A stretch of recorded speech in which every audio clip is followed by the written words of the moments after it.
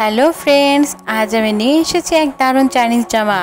গল্পের শুরুতে আমরা একটা মেয়েকে দেখি যার নাম শিয়াও, যে তার মেয়েকে নিয়ে প্লেনে ভ্রমণ করতে যাচ্ছে। খুব শীঘ্রই সে তার মেয়েকে নিয়ে চায়না ছেড়ে চলে যাবে। এদিকে আমরা শিয়াওর মেয়ে নিয়ানকে দেখি।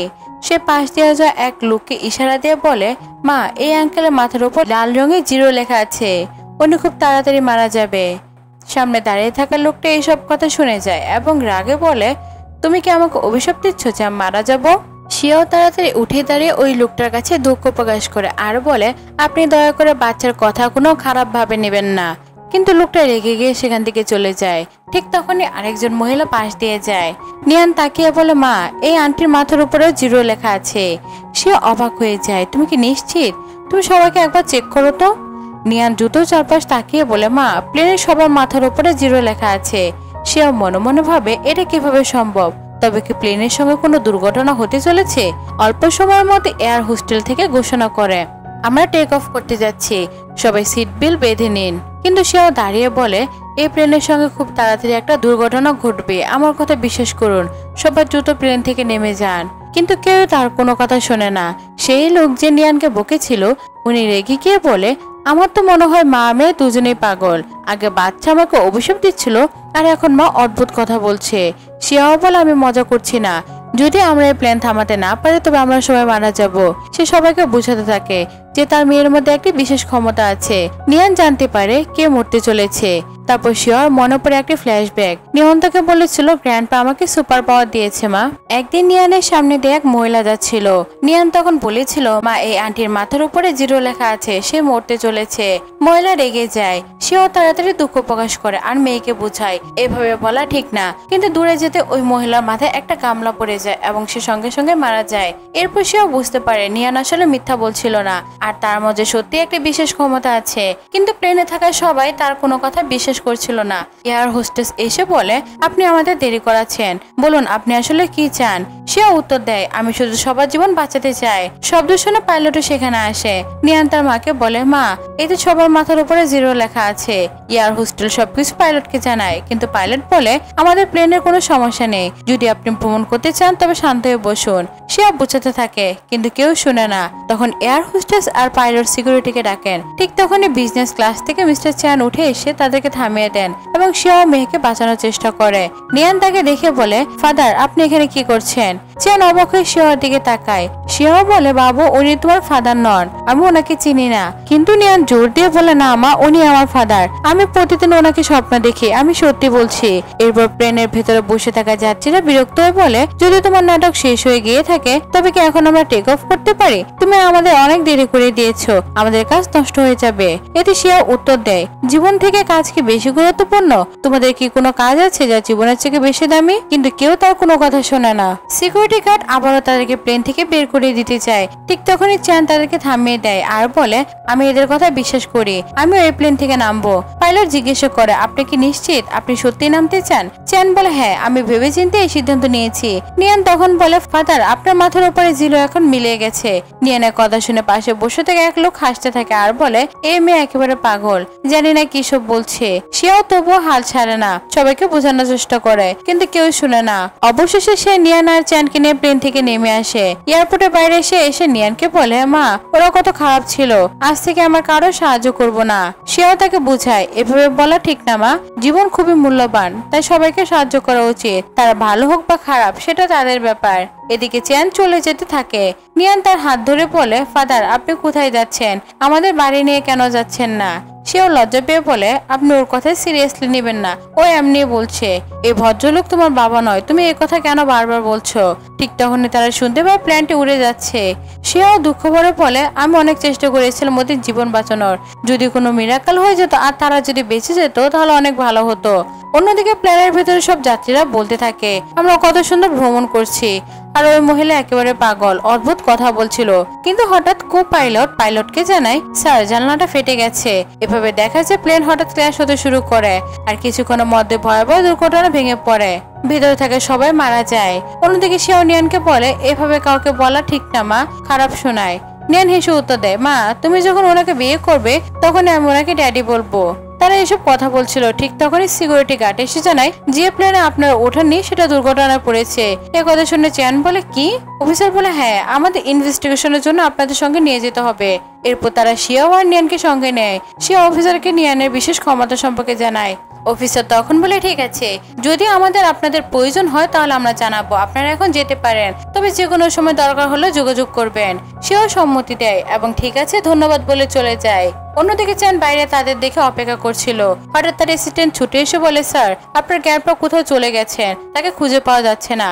চ্যান রেগে গিয়ে বলে তোমার মাথা খারাপ হয়ে গেছে নাকি, তোমরা তার কেন খেয়াল রাখোনি? সে দৌড়ে গিয়ে গ্যাংপাকে খুঁজতে থাকে।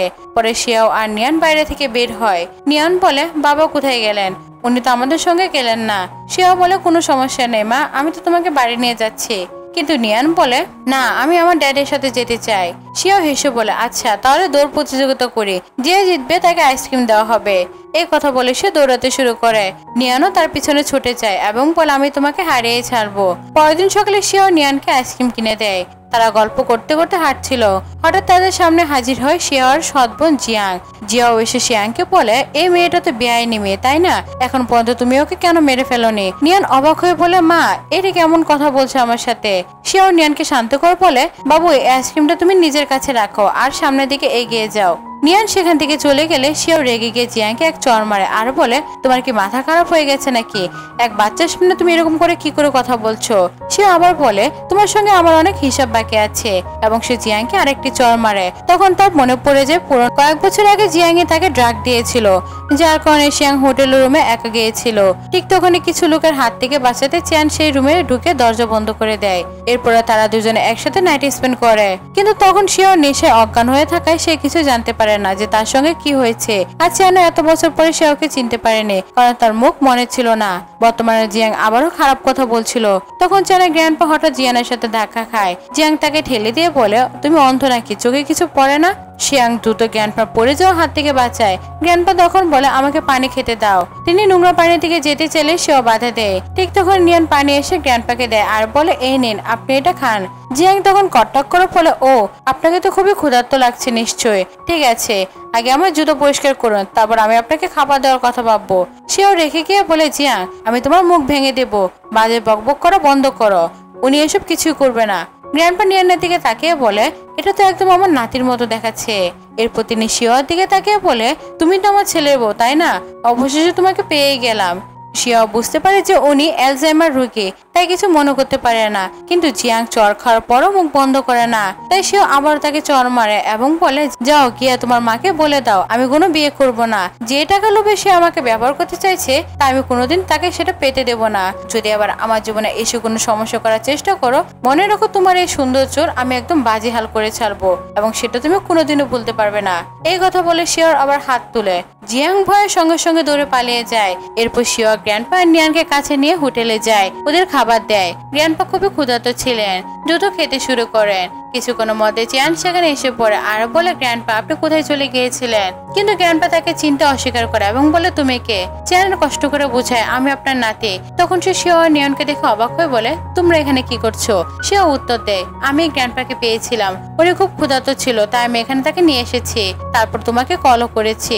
চ্যান বলে তুমি আমার গ্র্যান্ডপার জীবন বাঁচিয়েছো, বলো আমি তোমাকে কিভাবে ধন্যবাদ জানাই। সেও হেসে বলে আমাদের শুধু খাওয়ালেই চলবে।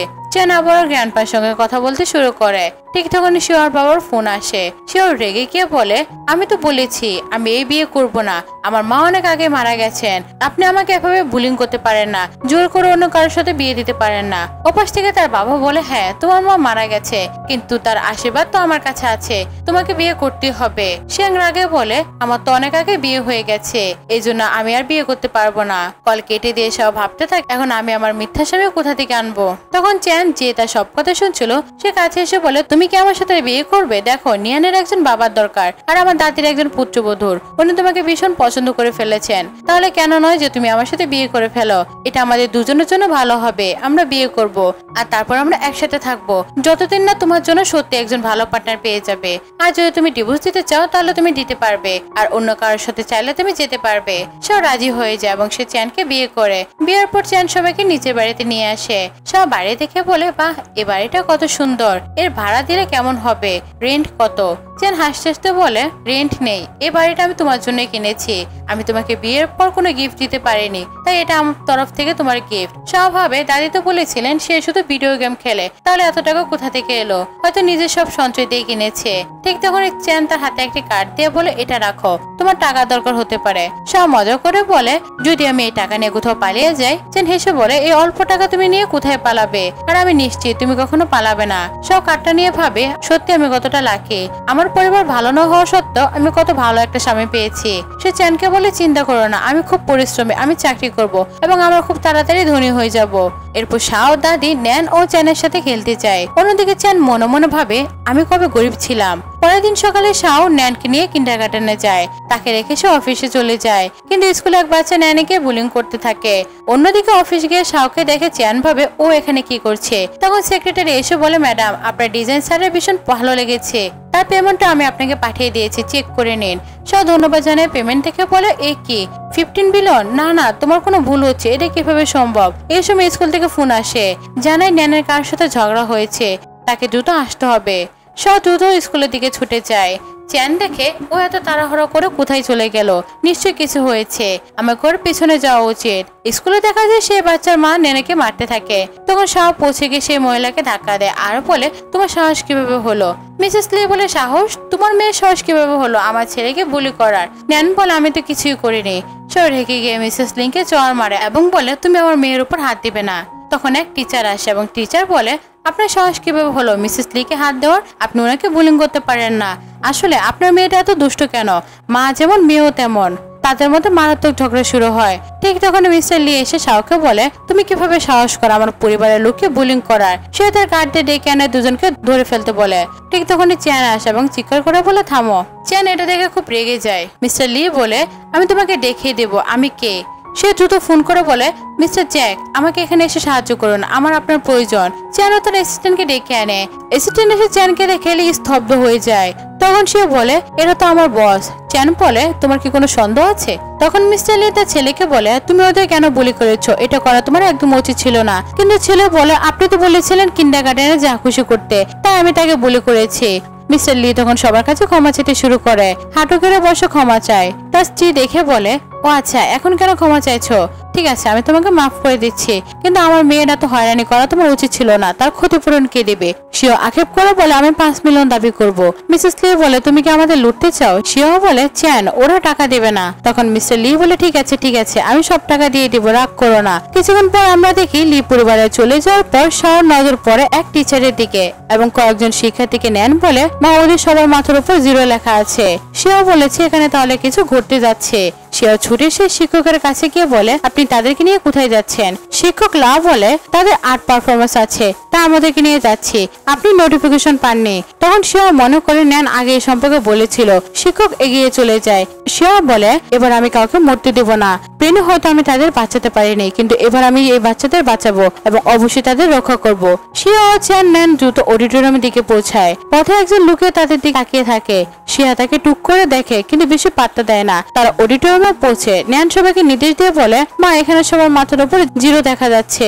সেও ভাবতে থাকে, আবার কি হতে পারে যাতে তারা সবাই মারা যায়? আগুন লাগবে নাকি? চেন বলে, আগুন লেগে গেলে কেউ না কেউ তো অবশ্যই বাঁচবে, কিন্তু এখানে তো সবার উপরে 0, এটা একেবারে অচল করে দেবে।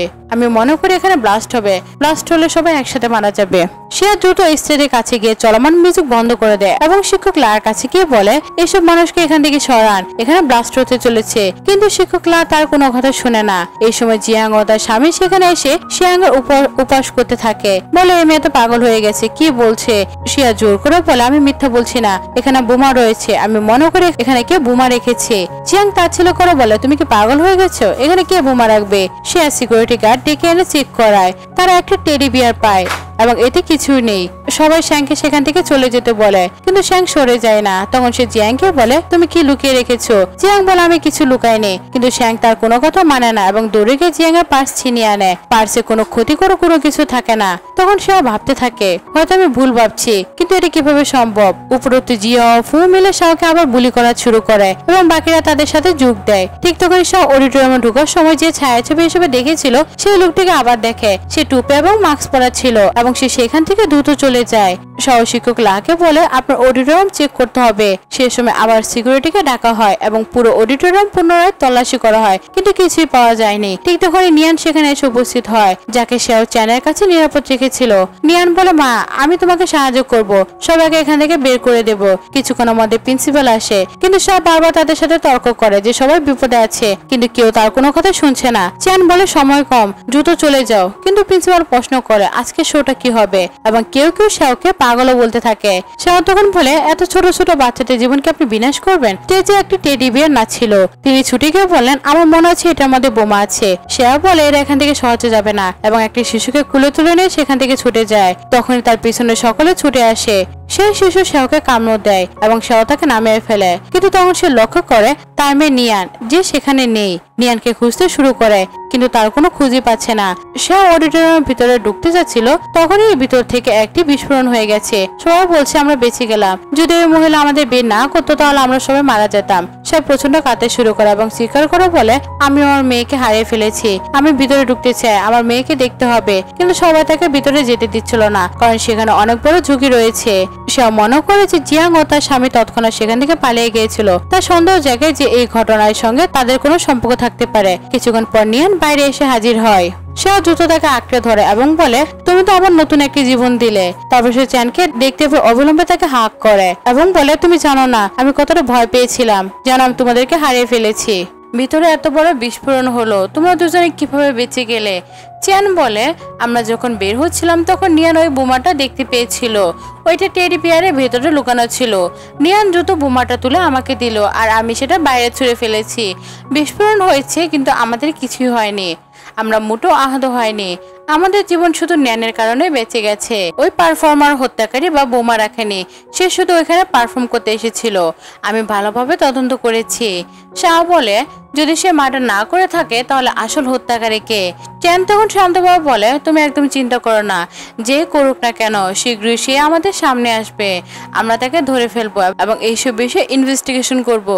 রাতে আমরা শিয়াওকে দেখি, সে নিয়ানকে ছুঁড়ে দিয়েছে। ঠিক তখনই চ্যান ঘুরে এসে জিজ্ঞাসা করে ও কি ঘুমিয়ে পড়েছে?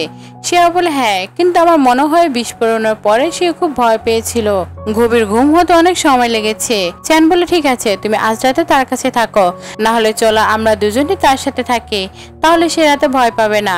ঠিক তখনই তাদের অ্যাসিস্ট্যান্ট দৌড়ে ঘরে ঢুকেছে এবং বলে আমার ক্লু মিলে গেছে, আমি খুঁজে পেয়েছি। সেও অ্যাসিস্ট্যান্টকে চুপ করে ইশারা করে এবং অ্যাসিস্ট্যান্ট ইউএসবি দেখিয়ে বলে আমি ক্লু নিয়ে এসেছি। চ্যানও সে স্টাডি রুমে আসে এবং অ্যাসিস্ট্যান্ট ইউএসবি লাগাতে চায়। অ্যাসিস্ট্যান্ট বলে ম্যাডাম সাবধান, আপনি মানসিকভাবে প্রস্তুত থাকবেন তো? সেও যখন ল্যাপটপে ইউএসবি ঢোকায় তখন একটি ভিডিও চলতে শুরু করে, সেটা ছিল তার মায়ের ভিডিও।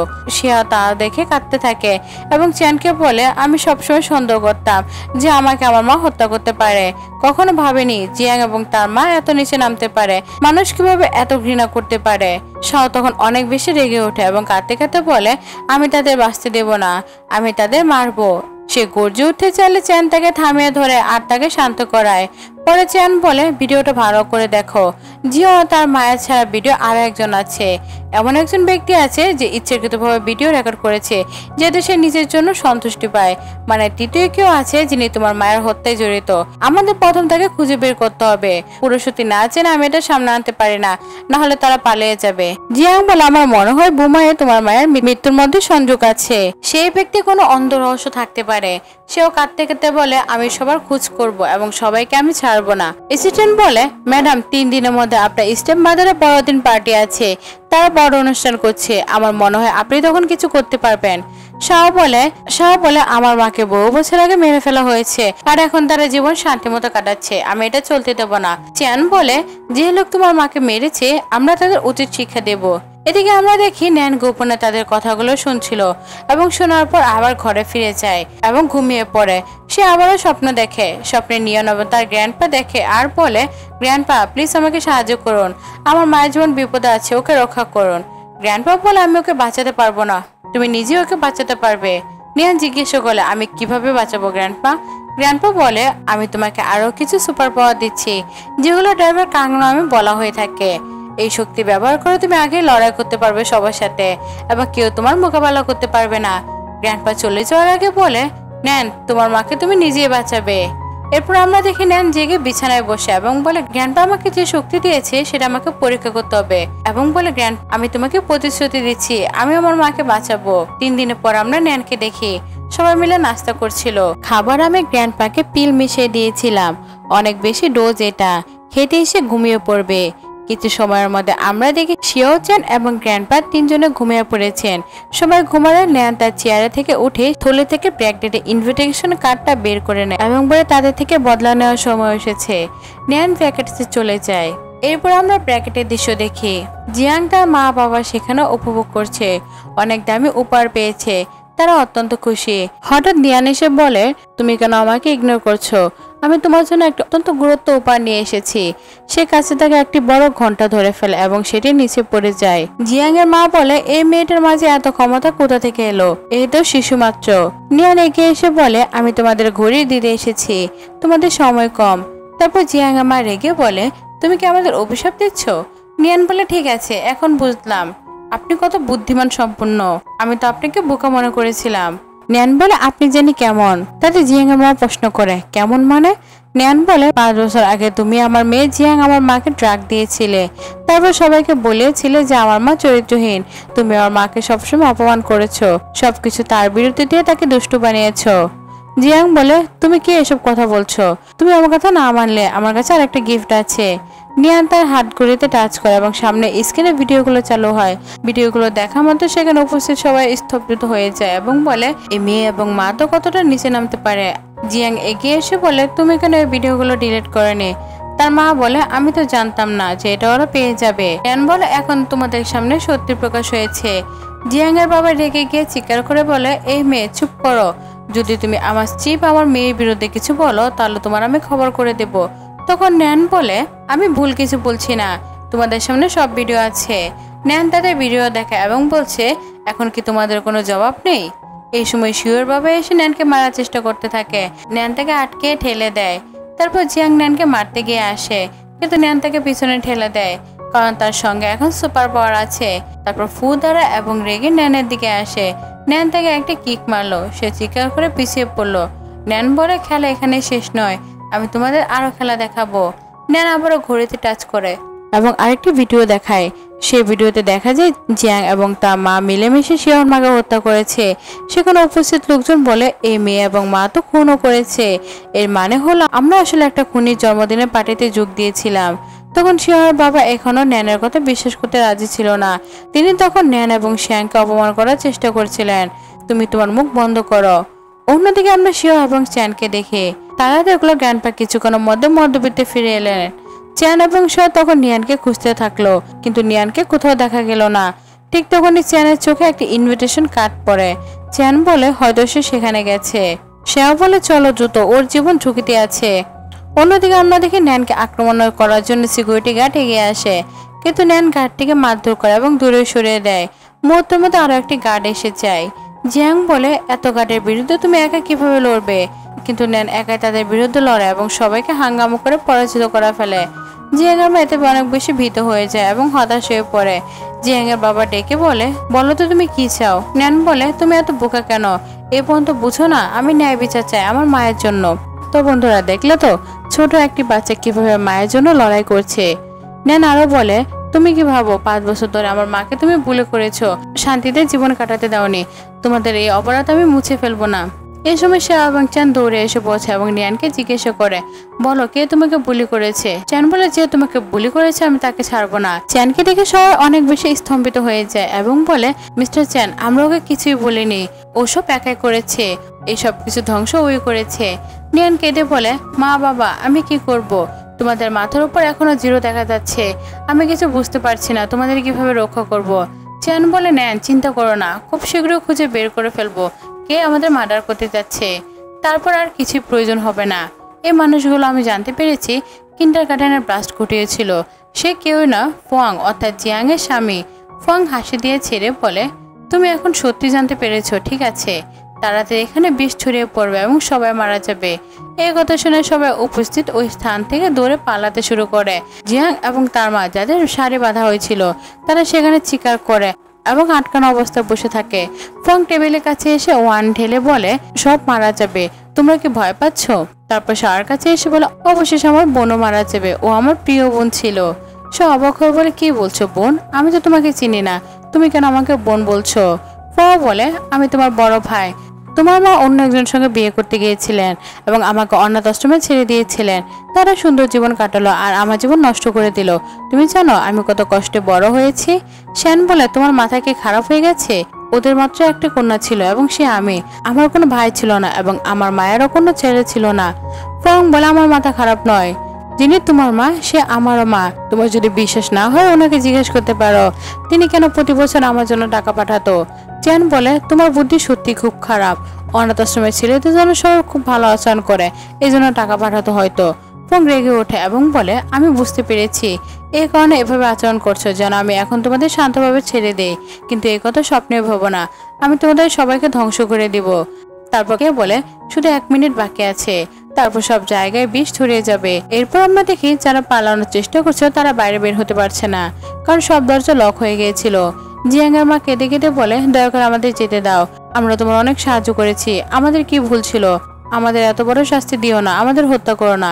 কিন্তু ফং তাদের কোনো কথা শুনে না, সে তো নিজেও মরতে এখানে এসেছে। ওয়ান পান করতে থাকে এবং বলে 30 সেকেন্ড বাকি। শ্যান চ্যানকে বলে আমরা কি এখানে মারা যাচ্ছি? নিয়ান হেসে বলে আঙ্কেল তুমি কি ভাবছো এই দরজা আমাকে থামাতে পারবে? নিয়ান দরজার কাছে এসে চিৎকার করে সাইডে সরো। তার চিৎকার এত বেশি জোরালো ছিল যে সবাই নিচে পড়ে যায়। এরপর নিয়ান দরজার কাছে এসে পাঁচ মারে এবং দরজা ভেঙে দেয়, কারণ ন্যানের ভিতর তখন সুপার পাওয়ার চলে এসেছে। এরপর আমরা থেকে গার্ডরা ফোনকে ধরতে আসে, কিন্তু এত বেশি শক্তি ব্যবহার করার কারণে নিয়ান সেখানে অচেতন হয়ে যায়। সেও চ্যান তাকে দেখে উদ্বিগ্ন হয়ে যায়। জিয়াং বলে আমার মনে হয় সে ক্লান্ত হয়ে গেছে। তারা ন্যানকে নিয়ে হাসপাতালে আসে। সন্ধ্যায় আমরা দেখি তারা নিউজ দেখছে এবং জানতে পারে ফং ল্যাবরেটরিতে একটি ভাইরাস ছড়িয়ে রেখেছিল। এই খবর পেয়ে মানুষরা পুরো ল্যাবরেটরি ধ্বংস করে দেয়। শাওর আগে টিভি বন্ধ করে বলে এই ছেলেটা মস্তিষ্ক মনে হয় একদমই ঠিক নেই। চ্যান বলে ভালো হয়েছে, আমরা সবার মতো সব বুঝতে পেরেছি। ন্যানকে দেখে শাও বলে শেষ পর্যন্ত এখনো কেন তার জ্ঞান ফিরছে না, এত বেশি শক্তি কিভাবে তার কাছে এলো? চ্যান বলে এতটা চিন্তা করো না, আমি আছি, আমি ওকে প্রফেশনাল ডাক্তার হায়ার করব এবং তাকে ঠিক করে দেব। কিছুক্ষণ পর নিজানের জ্ঞান ফিরে আসে। শাও দৌড়ে এসে বলে তুমি জানো তুমি কতক্ষণ ঘুমিয়েছিলে? তুমি তোমার মমকে ভয় দেখিয়েছিলে। ন্যান বলে আওয়াজ। শ্যান ও চ্যান আবার ভয় পেয়ে বলে কি হলো? ন্যান বলে আমার ক্ষুধা লেগেছে। শ্যান ও চ্যান হেসে বলে আমরা সবসময় ভয় পাই, চল আমরা বাড়ি যাই এবং আমরা একসাথে খাবার খাবো। পরবর্তী দৃশ্যে আমরা দেখি নিয়ান গ্র্যান্ডপার সঙ্গে বসে আছে। গ্র্যান্ডপা বলে সকল সুপার পাওয়ার তোমার স্বপ্নে এসেছিল আর তুমি সব পাওয়ার পেয়েছো। নিয়ান হ্যাঁ বলে মাথা নাড়ে। এরপর গ্র্যান্ডপা ন্যানের সঙ্গে খেলতে শুরু করে। চ্যান সেখানে আসে এবং খেলতে খেলতে ন্যানের পেটে একটা চিহ্ন দাগ দেখে। সে চিহ্ন পুরোপুরি চ্যানের পেটের মতো। গ্র্যান্ডপা বিস্মিত হয়ে বলে এটা কিভাবে সম্ভব? তাহলে কি সে সত্যি আমার নাতি? চ্যান শেষে 5 বছর সমস্ত ফ্ল্যাশব্যাক মনে করতে থাকে, কখন সে শ্যানের সঙ্গে দেখা করেছিল এবং ন্যানকে স্বপ্নে দেখেছিল। নিয়ানের সঙ্গে সুপার পাওয়ার এসেছে। চ্যান সিদ্ধান্ত নেয় যে সে এখন ডিএনএ টেস্ট করবে। পরবর্তী দৃশ্যে আমরা দেখি অ্যাসিস্ট্যান্ট চ্যানের কাছে আসে এবং বলে আপনি আপনার স্ত্রীকে এত বেশি সাপোর্ট কেন করছেন? চ্যান হাসি দিয়ে বলে কারণ সে খুব ধনী হতে চায়। অ্যাসিস্ট্যান্ট বলে তাহলে এর মানে কি? চ্যান বলে তুমি বুঝবে না, তাকে খুশি করার জন্য আমি যা কিছু করতে পারি। কিছুক্ষণ পর চ্যান একটি মেসেজ পায়। মেসেজ দেখে সে কান্নায় ভেঙে পড়ে, কারণ সে নিশ্চিত হয় ন্যান তারই কন্যা, অর্থাৎ 5 বছর আগে যে মেয়ের সঙ্গে সে নাইট স্পেন্ড করেছিল সে আর কেউ নয় বরং সেও। অ্যাসিস্ট্যান্ট অবাক হয়ে বলে গত 5 বছর ধরে আপনি যে মেয়েটিকে খুঁজেছিলেন সে কি আপনার ওয়াইফ? চ্যান হ্যাঁ বলে মাথা নাড়ে এবং বলে তারা অনেক বেশি ভ্রমণ করেছে, কিন্তু আমার পরিবার কখনো ভ্রমণ করতে দেব না। আমি গ্র্যান্ড ওয়েডিং ঘোষণা করতে যাচ্ছি 3 দিনের মধ্যে, যেখানে আমি আমার কন্যার জন্মদিন পার্টি উদযাপন করব। তারপর আমি এবং আমার পরিবারের সঙ্গে সবসময় সুখে থাকবো। এরপর অ্যাসিস্ট্যান্ট বলে ঠিক আছে, আমি সবকিছু অ্যারেঞ্জ করবো স্যার। 3 দিনের পর আমরা দেখি শাওকে, যিনি খুব সুন্দরভাবে সাজসজ্জিত। সে চ্যানের সঙ্গে খুব বেশি সুন্দর লাগছিল। কিছুক্ষণ আমাদের ন্যানো সেখানে আসে, তাদের দেখে সবাই হেসে ফেলে। নিয়ন শাওর কাছে এসে বলে মম আপনি ক্রাউন কেন পরেছেন? চ্যান বলে কারণ আপনি এবং মম দুজনে প্রিন্সেস। শাও হেসে বলে ঠিক আছে, আর বেশি বলো না। এরপর চ্যান হাসি দিয়ে সবাইকে বলে আজ আমার মেয়ের জন্মদিন পার্টি এবং আমি সবার সঙ্গে পরিচয় করে দিতে চাই, সে হচ্ছে শাও, আমার ওয়াইফ। সবাই শাওর প্রশংসা করতে থাকে, আপনার স্ত্রী তো অনেক সুন্দর, ট্যালেন্টেড এবং আপনার মেয়েও তো খুবই সুন্দর। সব প্রশংসা শেষ হলে চ্যান শাওকে বলে আমি তোমাকে কিছু বলতে চাই। শাও বলে হ্যাঁ বলো, আমি শুনছি। ট্যাঙ্ক তাকে তার নেকলেস দেখায়। শাও অবাক হয়ে বলে 5 বছর আগে সে তুমিই ছিলে? চান হাসি দিয়ে মাথা নেড়ে হ্যাঁ বলে। তোমাকে অবশ্যই ধন্যবাদ দিতে হবে যে তুমি আমার জীবনে এসেছিলে এবং আমাকে একটি সুন্দর মেয়ে দিয়েছো। নিহান তাদের কথা বলতে দেখে এবং বলে, এখন মনে হচ্ছে আপনারা 100 বছর বাঁচবেন। এই কথা শুনে শান এবং শাহ দুজনে হেসে ফেলে। এরপর একটি মহিলা আসে এবং তাদের ইনভাইট করে গ্রুপ ফটো তোলার জন্য। চান এবং শাহ তার হাত ধরে নেয়। তখন নিয়ান এবং গ্র্যান্ডপা ধরে এনে ফটো তোলার জন্য চলে যায়। সবশেষে তারা একসাথে একটি ফটো তুলে এবং এভাবে আমাদের এই গল্পের হ্যাপি এন্ডিং হয়। তো বন্ধুরা, আজকের এই গল্পটি কেমন লেগেছে অবশ্যই কমেন্ট করে জানাও। আর যারা আমার চ্যানেলে নতুন আছো তারা আমার চ্যানেলটি সাবস্ক্রাইব করতে একদম ভুলবে না। পরবর্তী ভিডিও আসা পর্যন্ত অপেক্ষা করো। Thanks for watching.